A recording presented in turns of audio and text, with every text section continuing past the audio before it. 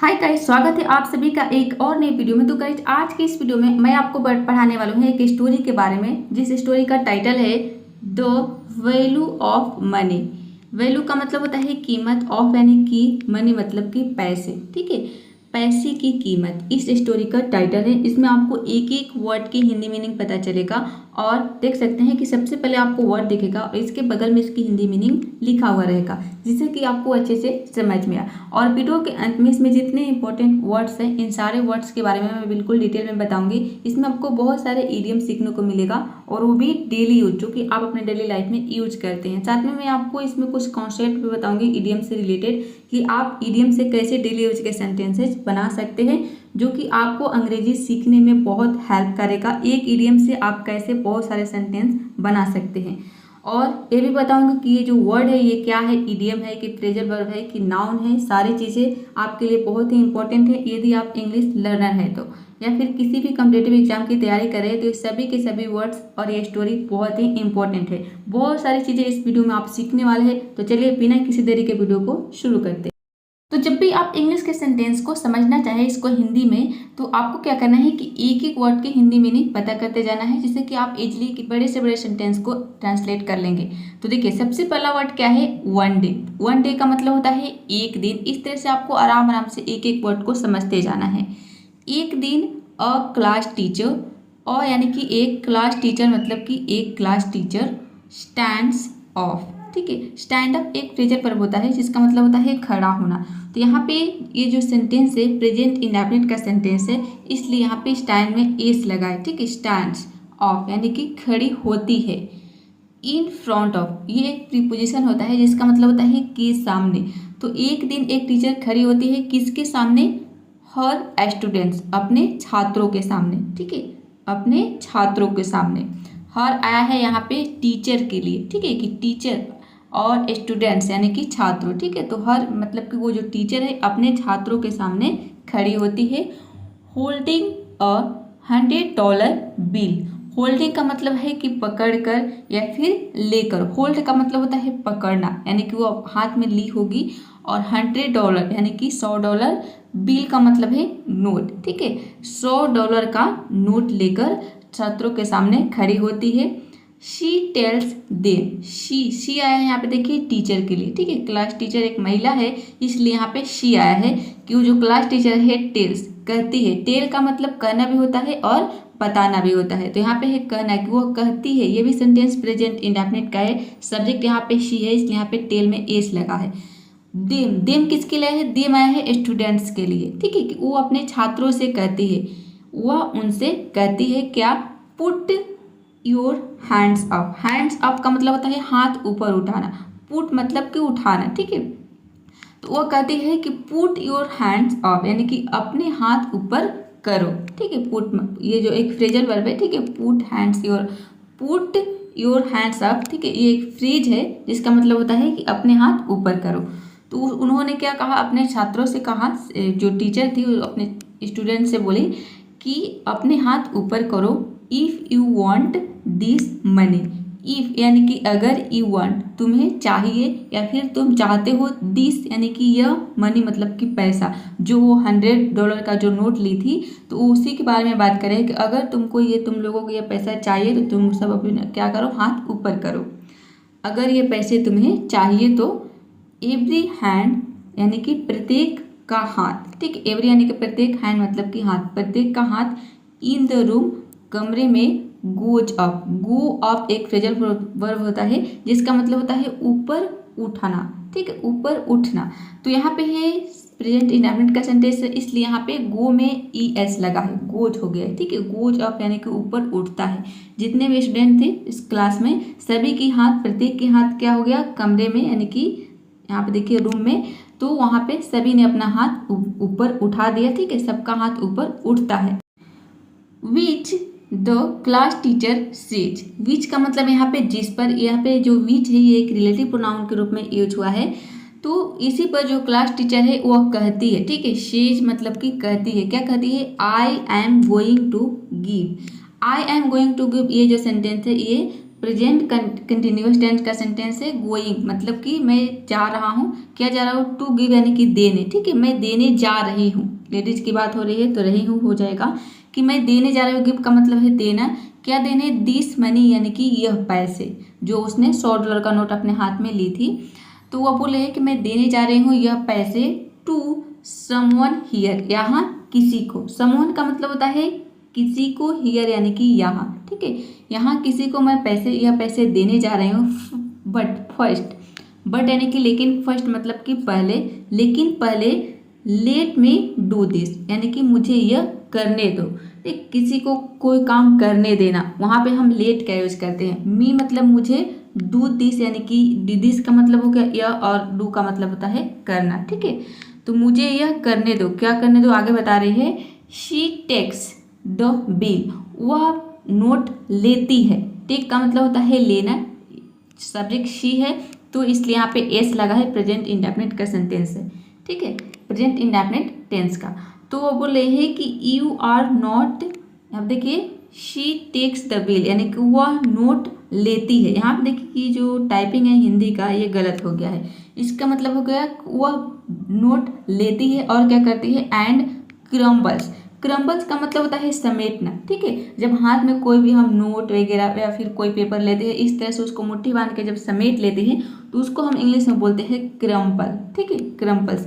तो वह क्या करती है, समेटती है। ईट, ईट आया यहाँ पे नोट के लिए, ठीक है, ईट मतलब कि वो नोट को इसे समेटती है।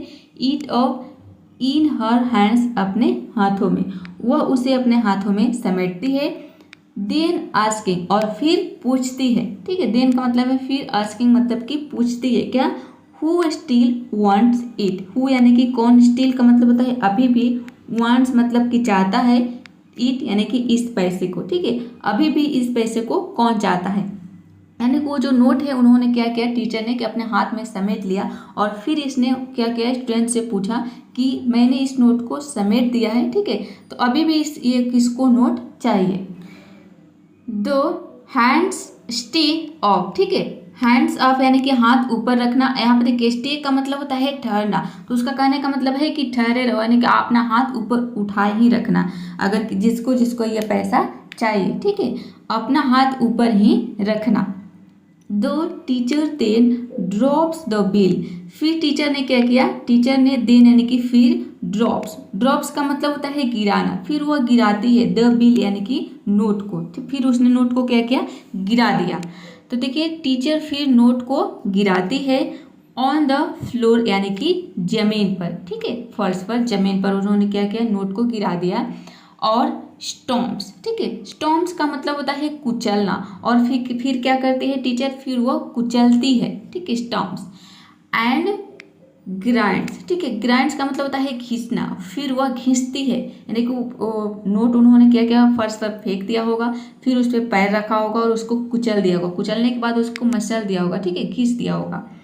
फिर घिसती है ईट, यानी कि ईट आया है यहाँ पे नोट के लिए, नोट को घिसती है इनटू द ग्राउंड यानी कि जमीन पर, फिर वह क्या करती है, फिर जमीन में घिसती है।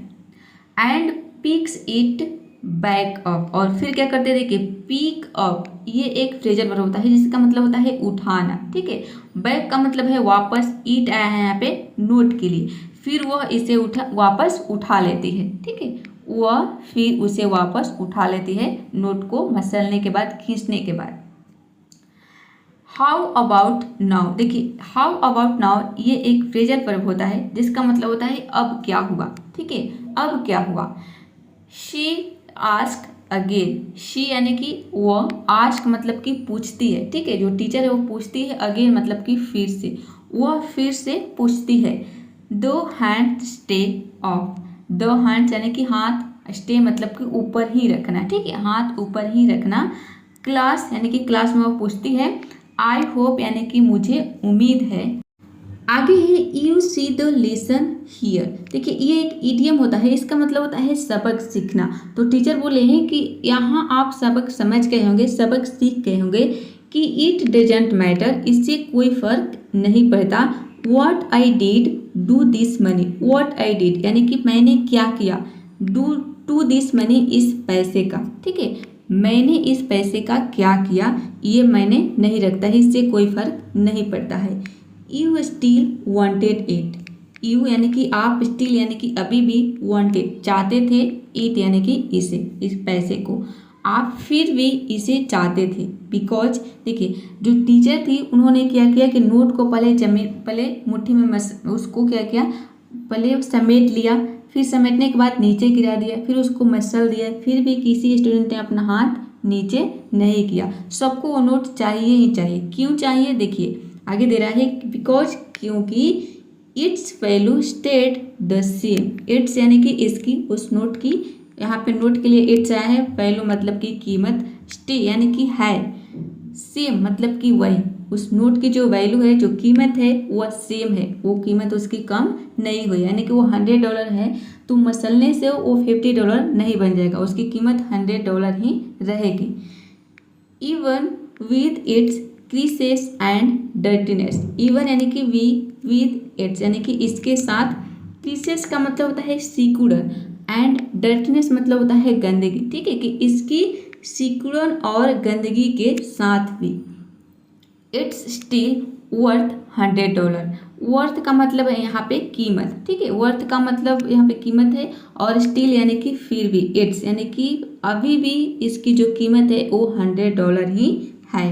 ठीक है, आगे है शी कंटिन्यूज, यानी कि वह आगे कहती है, it's the same with us. With us मतलब कि हमारे साथ, इट्स द सेम यानी कि ऐसा है, बिल्कुल वैसा है, हमारे साथ भी ऐसा ही है।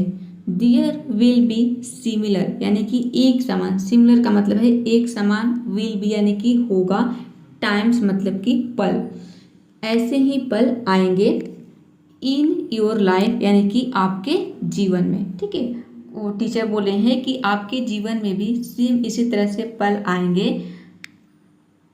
When you are dropped, when यानी कि जब, यू आर ड्रॉप, ड्रॉप का मतलब होता है गिरना। ठीक है, तो इसका कहने का मतलब है कि जब आप गिरोगे। ठीक है, जब आप गिर जाते हो, गिरोगे। यहाँ पे है नेक्स्ट है, देखिए इसको हम क्या पढ़ेंगे, ब्रूस्ड। ठीक है, ब्रूस्ड इसका मतलब होता है चोट खाना, जब आप क्या चोट खाएंगे। एंड मडिड, ठीक है, मडी, मडी का मतलब होता है कीचड़, और मडिड का यहाँ पे मतलब है कि कीचड़ में सने होना। ठीक है, जब आप कीचड़ में सने होंगे।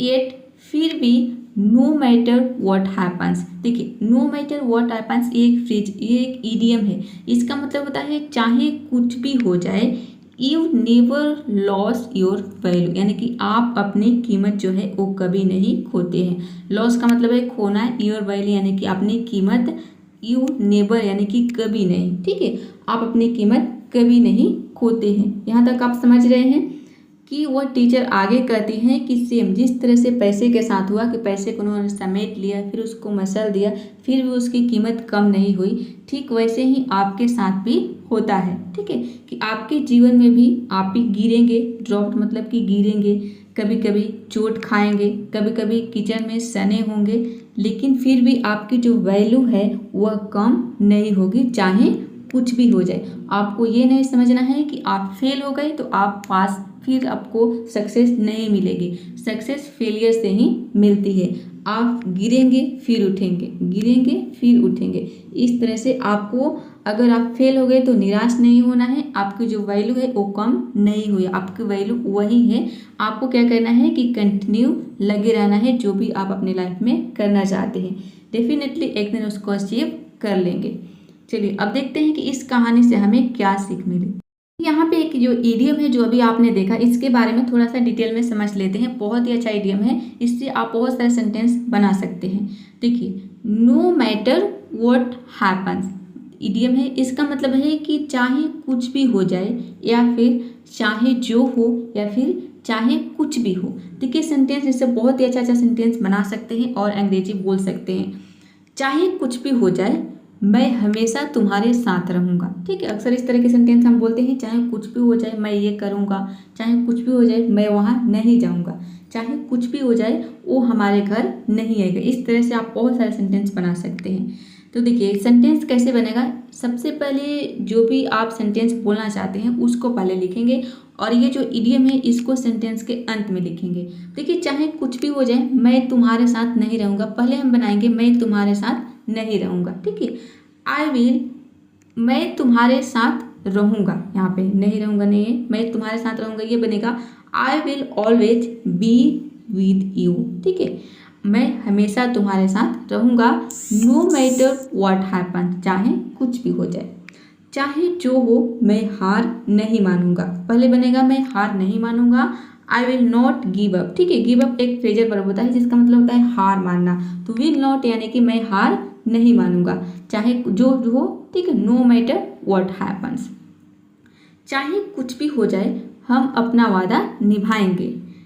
आई will keep our promise, promise का मतलब होता है यहाँ पे कीप प्रॉमिस मतलब कि वादा निभाएंगे। नो मैटर व्हाट हैपन्स, चाहे कुछ भी हो जाए, चाहे जो हो या फिर चाहे कुछ भी हो। आगे है मोरल ऑफ द स्टोरी, यानी कि कहानी की नैतिकता। मोरल का मतलब होता है नैतिक, नैतिकता यानी कि कहानी से हमें क्या सीख मिली। यहाँ पे देखिए, लाइफ्स हार्डशिप्स एंड इनएविटेबल। देखिए हार्डशिप्स का यहाँ पे मतलब है कठिनाइयाँ और इनएविटेबल का मतलब है अटल। ठीक है, तो लाइफ यानी कि जीवन में कठिनाइयाँ आर है अटल। ठीक है, इनएविटेबल मतलब कि अटल, जीवन में कठिनाइयाँ अटल है। And we will all be put through the wringer, यहाँ पे देख रहे हैं रिंगर, यहाँ पे डब्लू होगा। ठीक है, डब्लू होता है WRINGER, रिंगर। तो यहाँ पे आप देख रहे हैं पुट थ्रू द रिंगर, ये भी एक इडियम होता है जिसका मतलब होता है कठिनाइयों से गुजरना। ठीक है, परिस्थितियों से गुजरना। तो देखिए इसका मतलब है एंड यानी कि और, वी ऑल यानी कि हम सभी, पुट थ्रू द रिंगर और at the same point, at the same point का मतलब है कि ऐसी परिस्थितियों में। ठीक है, और हम सभी को ऐसी परिस्थितियों से क्या करना चाहिए, गुजरना ही पड़ता है। ठीक है, जीवन में कठिनाइयाँ अटल है, यानी कि कठिनाइयाँ अटल है मतलब कि आएंगी ही आएंगी, और हम सभी को क्या करना है, ऐसी परिस्थितियों से गुजरना ही पड़ता है। Often through no fault of your own, ये भी एक इडियम है। ठीक है, इसका मतलब है कि अक्सर हमारी अपनी कोई गलती नहीं होती है। ठीक है, often through no fault of our own, of our own का मतलब है कि हमारी अपनी, नो फॉल्ट कोई गलती नहीं होती है, ऑफन का मतलब होता है अक्सर। ठीक है, यहाँ पे आप देख रहे हैं through no fault of our own यानी कि हमारी कोई गलती नहीं होती, ये एक इडियम है। मैं आपको अभी इसके जो भी इंपॉर्टेंट वर्ड बताऊंगी उसमें आपको जो इडियम है ये आपको डिटेल में बताऊंगी कि हमारी कोई गलती, अक्सर हमारी कोई गलती नहीं होती, लेकिन फिर भी हम सभी को ऐसी परिस्थितियों से गुजरना ही पड़ता है, जीवन में कठिनाइयाँ आती ही आती है। आगे है don't let these challenges, challenges का मतलब होता है चुनौतियों, चैलेंज मतलब होता है चुनौतियाँ, और यहाँ पे चैलेंजेस यानी कि एक से ज़्यादा चुनौतियों के बारे में हम बात कर रहे हैं। दीज का मतलब हो गया इन, और डोंट लेट अभी आगे समझेंगे। देखिए दीज चैलेंजेस का मतलब हो गया इन चुनौतियों को ऑल्टर, ऑल्टर का मतलब होता है बदलना। ठीक है, योर फीलिंग्स यानी कि अपनी भावनाओं को, of self worth, self worth का मतलब होता है आत्मसम्मान। ठीक है, अपने आत्मसम्मान की भावनाओं को डोंट लेट न बदलने दे, इन चुनौतियों को न बदलने दे। ठीक है, अपने आत्मसम्मान के भावनाओं को न बदलने दे। You will always be enough, you will always be enough का मतलब है कि आप हमेशा पर्याप्त रहेंगे। एनफ का मतलब है पर्याप्त, और यू विल ऑलवेज यानी कि आप हमेशा, यू विल बी रहेंगे, ऑलवेज यानी हमेशा, एनफ मतलब कि पर्याप्त, आप हमेशा पर्याप्त रहेंगे। यहाँ पे देखिए यू विल बी, ये जो सेंटेंस है ये फ्यूचर कंटिन्यूअस का सेंटेंस है। You have something unique, you have यानी कि आप हैं, क्या है, समथिंग मतलब कि कुछ, यूनिक, यूनिक का मतलब होता है अनोखा, एंड स्पेशल, स्पेशल मतलब होता है खास। ठीक है, कि आपके पास, ठीक है, यू हैव यानी कि आपके पास कुछ अनोखा और खास है, क्या है, टू गिव देने के लिए, गिव का मतलब होता है देना, देने के लिए, क्या देने के लिए, एंड ऑफर और पेश करने के लिए, ऑफर का मतलब होता है पेश करना, दो वर्ल्ड यानी कि दुनिया को देने और पेश करने के लिए आपके पास कुछ अनोखा और खास है। ठीक है, आप हमेशा पर्याप्त हैं, आप हमेशा इनफ है।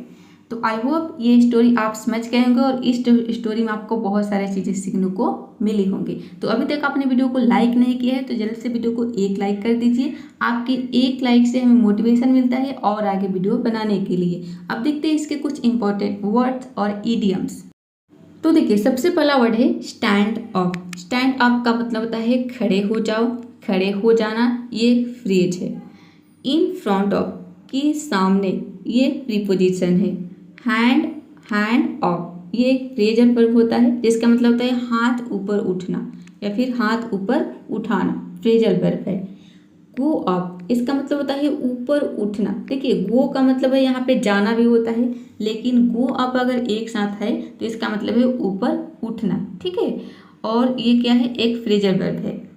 क्रम्पल का मतलब होता है समेटना, मोड़ना, तोड़ना। ठीक है, ये एक वर्ब है, इसमें आप डी लगा देंगे तो इसका सेकेंड फॉर्म और थर्ड फॉर्म बन जाएगा क्रम्पल्ड। अगला वर्ड है स्टॉम्प का मतलब होता है रौंदना, कुचलना किसी चीज को। इसका भी सेकेंड फॉर्म और थर्ड फॉर्म दोनों सेम होता है, स्टॉम्प्ड। ईडी आपको इसमें जोड़ देना है, सेकेंड फॉर्म और थर्ड फॉर्म बन जाएगा, दिस इज वर्ब। ग्राइंड, ठीक है, इसको हम पढ़ेंगे, ग्रींड नहीं है, इसको प्रोनाउंस करना है, आपको प्रोनाउंस करना है ग्राइंड। ठीक है, ग्राइंड का मतलब होता है पीसना, घीसना। ठीक है, और इसका सेकेंड फॉर्म थर्ड फॉर्म होता है ग्राउंड, इस तरह से, और ये एक वर्ब है। नेक्स्ट वर्ड है पिकअप। ये एक फ्रेजल वर्ब होता है, पिकअप का मतलब होता है उठाना, this is phrasal verb. Crease, ठीक है, जो पैराग्राफ में था, जो स्टोरी में था, वो था यहाँ पे एस लगा था, क्रीसेस, इसको हम पढ़ेंगे क्रीसेस। तो इसका मतलब हो जाएगा सिकुड़न, this is noun. Next word है डर्टीनेस। ठीक है, डर्टी का मतलब होता है गंदा, डर्टी यानी गंदा। डर्टीनेस मतलब कि गंदगी, ये आपका नाउन हो गया। वर्थ का मतलब होता है कीमत, लायक। ठीक है, कीमत भी होता है और वर्थ का मतलब लायक भी होता है, एक नाउन है। नेक्स्ट वर्ड है ब्रूज। ठीक है, ब्रूज का मतलब होता है चोट, खरोच, चोट खाना, यानी कि जो ये ब्रूज वर्ड है इसका नाउन और वर्ब दोनों रूप में हम यूज करते हैं। नाउन के रूप में इसका मतलब हो जाएगा चोट, खरोच, और वर्ब के रूप में इसका मतलब हो जाएगा चोट खाना। मडी का मतलब होता है गंदा करना, मैला करना, इसका सेकेंड फॉर्म और थर्ड फॉर्म हो जाएगा मडिड। ठीक है, हार्डशिप्स, इसका मतलब होता है कठिनाइयाँ, मुसीबतें। ठीक है, हार्ड का मतलब क्या होता है कठिन, हार्डशिप्स मतलब कि कठिनाइयाँ, मुसीबतें, ये एक नाउन है। नेक्स्ट वर्ड है इनएविटेबल का मतलब होता है अटल, अनिवार्य, दिस इज एडजेक्टिव। ऑल्टर नहीं पढ़ेंगे, इसको पढ़ना है आपको ऑल्टर का मतलब होता है बदलना, परिवर्तन करना, ऑल्टर्ड, यानी कि ये एक नाउन है, इसका सेकेंड फॉर्म और थर्ड फॉर्म हो जाएगा, केवल आपको ईडी लगा देना है, हो जाएगा ऑल्टर्ड। नेक्स्ट वर्ड है यहाँ पे देखिए through no fault of our own. ये क्या है, ये एक इडियम है जिसका मतलब होता है कि हमारी कोई गलती नहीं। अब देखिए, यहाँ पे जो आवर वर्ड है ये चेंज होता रहेगा। जैसे कि हमें बोलनी है, यहाँ पे है कि हमारी कोई गलती नहीं, अगर हमें बोलनी है कि उसकी कोई गलती नहीं, वो एक लड़का है तो क्या हो जाएगा, there no fault of his own. अगर वो एक लड़की है जिसके बारे में बोले हैं कि उस लड़की की कोई गलती नहीं है तो क्या हो जाएगा, लड़की के लिए हर हो जाएगा, there no fault of her own. ठीक है, अगर हम बोले हैं कि उसकी कोई गलती नहीं या फिर उसकी कोई गलती नहीं, ठीक है, यानी कि वो कोई लड़का हो या फिर लड़की हो, दोनों के लिए यहाँ पे आया है। ठीक है, उसकी कोई गलती नहीं या फिर उसकी तरफ से कोई गलती नहीं, ये भी हो सकता है। नेक्स्ट है there no fault of their own, यानी कि एक से ज़्यादा लोग हैं, हमें बोले हैं कि उन लोगों की कोई गलती नहीं, तो हम क्या बोलेंगे, there no fault of their हो जाएगा ओन, यानी कि उनकी। अब यहाँ पे देखिए देयर के लिए क्या हो जाएगा, उनकी कोई गलती नहीं। तो इस तरह से आवर के जगह पे योर भी हो सकता है, लेकिन तुम्हारी कोई गलती नहीं हो जाएगा। ठीक है, there no fault of your own, तुम्हारी कोई गलती नहीं, तो ये चेंज होता रहेगा। नेक्स्ट वर्ड है पुट थ्रू द रिंगर। ये एक इडियम है। इसका मतलब होता है किसी को कठिन दौर से गुजारना या फिर किसी को परेशान करना। देखिए नेक्स्ट वर्ड है फीलिंग। फीलिंग का मतलब होता है भावना, और फीलिंग्स हो गया यानी कि भावनाएं, ये एक नाउन है। सेल्फ वर्थ का मतलब होता है आत्मसम्मान, एक नाउन है। यूनिक यानी कि अनोखा, अद्वितीय, this is a adjective. Special का मतलब होता है विशिष्ट, विशेष, असाधारण, ये भी एक एडजेक्टिव है। ऑफर का मतलब होता है प्रस्ताव करना, पेश करना। ऑफर जो वर्ड है ये एक नाउन भी है और एक वर्ब भी है। तो वर्ब के रूप में इसका मतलब हो जाएगा प्रस्ताव करना, पेश करना, और नाउन के रूप में इसका मतलब हो जाएगा प्रस्ताव, सुझाव। ठीक है, ये एक वर्ब भी है और एक नाउन भी है। इसका सेकेंड फॉर्म थर्ड फॉर्म भी होगा, क्योंकि ये एक वर्ब के रूप में भी यूज होता है। तो अगर सेकेंड फॉर्म थर्ड फॉर्म बनाना चाहते हो तो किसमें क्या लगाना है, आपको ईडी लगा देना है। ठीक है, तो ये हो जाएगा ऑफर्ड, ऑफर। तो आई होप ये सारे वर्ड्स आप समझ गए होंगे। बहुत सारे स्टूडेंट कमेंट करते हैं पीडीएफ के लिए। चलिए मैं आपको बताती हूँ कि आप पीडीएफ कैसे बना सकते हैं। देखिए यहाँ पे मैं सारी चीज़ें आपको शो करा रही हूँ। आपको क्या करना है कि इसका स्क्रीनशॉट ले लेना है और खुद से आप पीडीएफ बना सकते हैं। पीडीएफ बनाना नहीं आता है तो आपको यूट्यूब पे सर्च करना है कि पीडीएफ कैसे बनाएं। आपको बहुत सारे वीडियोज मिल जाएंगे, वहाँ से आप इजीली पीडीएफ बनाना सीख सकते हैं। मैं यहाँ पे टिक मार्क कर दे रही हूँ ताकि आपको समझ में आ जाए कि आपने इसका स्क्रीनशॉट ले लिया है। नेक्स्ट है, ये है नेक्स्ट। यदि आप इतनी जल्दी स्क्रीनशॉट नहीं ले पा रहे हैं तो आपको वीडियो को पॉज करना है और आसान तरीके से स्क्रीनशॉट ले लेना है। नेक्स्ट है, ये सबसे लास्ट वाला है, मोरल ऑफ द स्टोरी, यानी कि इस कहानी से हमें क्या सीख मिली। ठीक है, तो आज के लिए इतना ही। ये वीडियो कैसा लगा कमेंट बॉक्स में जरूर बताइएगा, और वीडियो को लाइक, शेयर, चैनल को सब्सक्राइब करना बिल्कुल मत भूलिएगा। मिलते हैं नेक्स्ट वीडियो में फिर किसी और नए टॉपिक के साथ।